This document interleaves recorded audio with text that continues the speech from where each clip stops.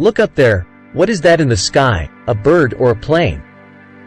It's a bird with the size of a plane. 0.67 million years ago. We wouldn't need binoculars to see a giant flying reptile named Quetzalcoatlus. Quetzalcoatlus was the largest creature ever to soar in the skies of this planet, with a wingspan equal to that of an F-16 fighter jet. If you've seen Jurassic World: Dominion, you'll surely grip your seat when you see this monster Quetzalcoatlus in action. Imagine a group of carnivorous and herbivorous dinosaurs looking up and seeing a giant shadow slowly spreading over the ground.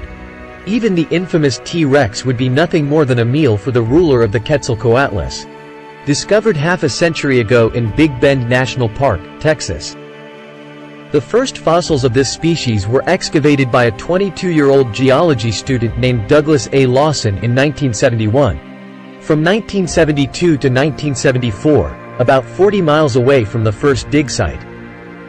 Lawson and Professor Wynn Langston Jr. of the Texas Memorial Museum found scattered bones of smaller individuals. In 1975, Lawson announced this discovery in a Science magazine article. In the same year, he created the first large specimen labeled TMM 414503, which was the prototype of a new genus and species called Quetzalcoatlus lawsoni. Quetzalcoatlus was named after Quetzalcoatl, the god of wind, air, and learning of the Aztecs, who was embodied as a feathered serpent. This god is equivalent to Gucumatz in the ancient Mayan culture. Initially, the smaller specimens were thought to be juvenile forms of the larger species. However, after excavating more specimens, scientists believe that they could be a separate species. With a much smaller body weight and an estimated wingspan of only 5.5 meters.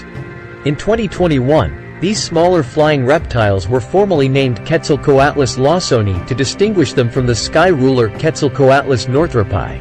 In 2002, scientists accidentally discovered a fossilized cervical vertebra that was thought to belong to the giant flying reptile.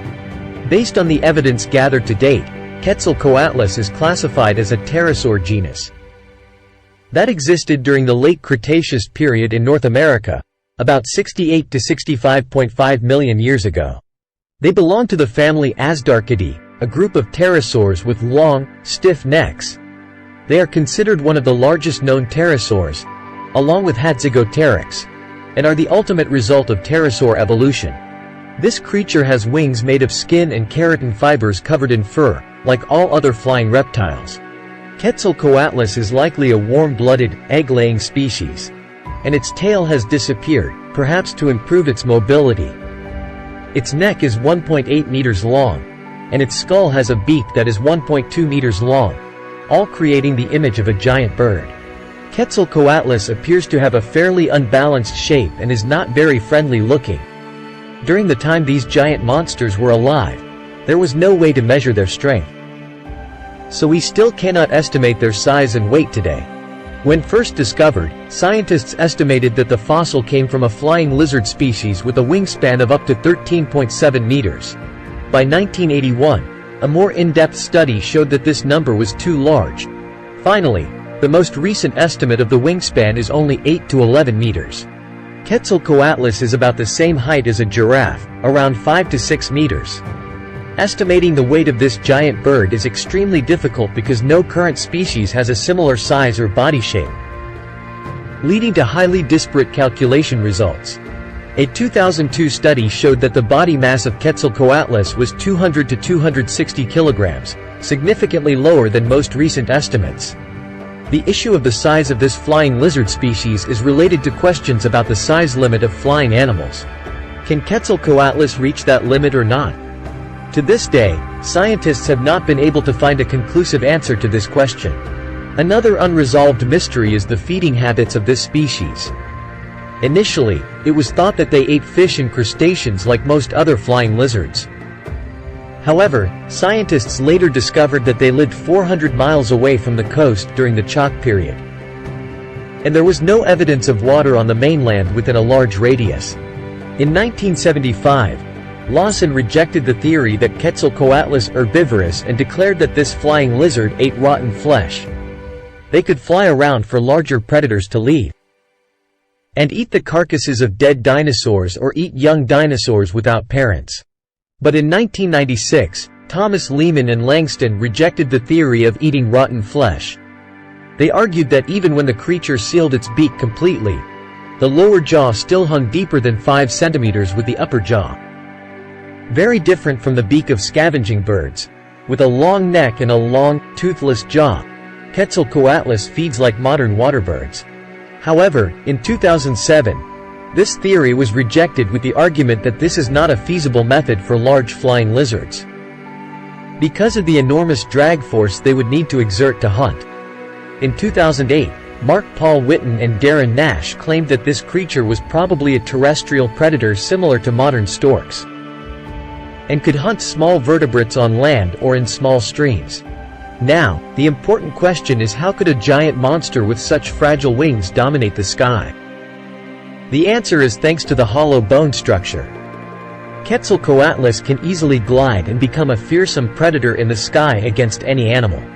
Indian paleontologist Sankar Chatterjee, working at the University of Texas, created a computer model to study how such a heavy creature with fragile wings could glide in the sky. First, they build up speed on all fours, then switch to running on 2 legs while continuously flapping their wings. Once they have enough lift and reach the necessary speed, they jump and take off into the sky. These giant lizards are skilled gliders, capable of reaching heights of up to 4,500 meters and speeds of up to 170 kilometers per hour. However, they also face some difficulties taking off or landing due to their oversized wingspan. On the ground, they fold their wings and move on 2 hind legs. At that point, their strong wings serve as front legs, helping them grip firmly to move in rough areas like cliffs. With their terrifying speed, they can dive down and devour any prey that suits them. From small dinosaur-sized birds to small tyrannosaurs and amphibians, they can be considered as true meat grinders. So why did this airborne nightmare disappear? According to research, Quetzalcoatlus and other pterosaurs went extinct 65 million years ago, along with the dinosaurs. Due to the catastrophic asteroid event, the Earth's climate became so harsh that giant creatures could not survive.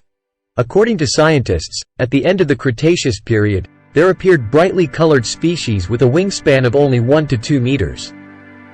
It was an evolutionary attempt to adapt, to survive, of Quetzalcoatlus. But why didn't any pterosaur species survive in the end? Perhaps because they had not yet reached a small enough size to survive the extinction event, unlike birds. After the era of the flying lizard Quetzalcoatlus, flying creatures on Earth, such as birds, have been much smaller and better adapted to harsh and food-scarce environments.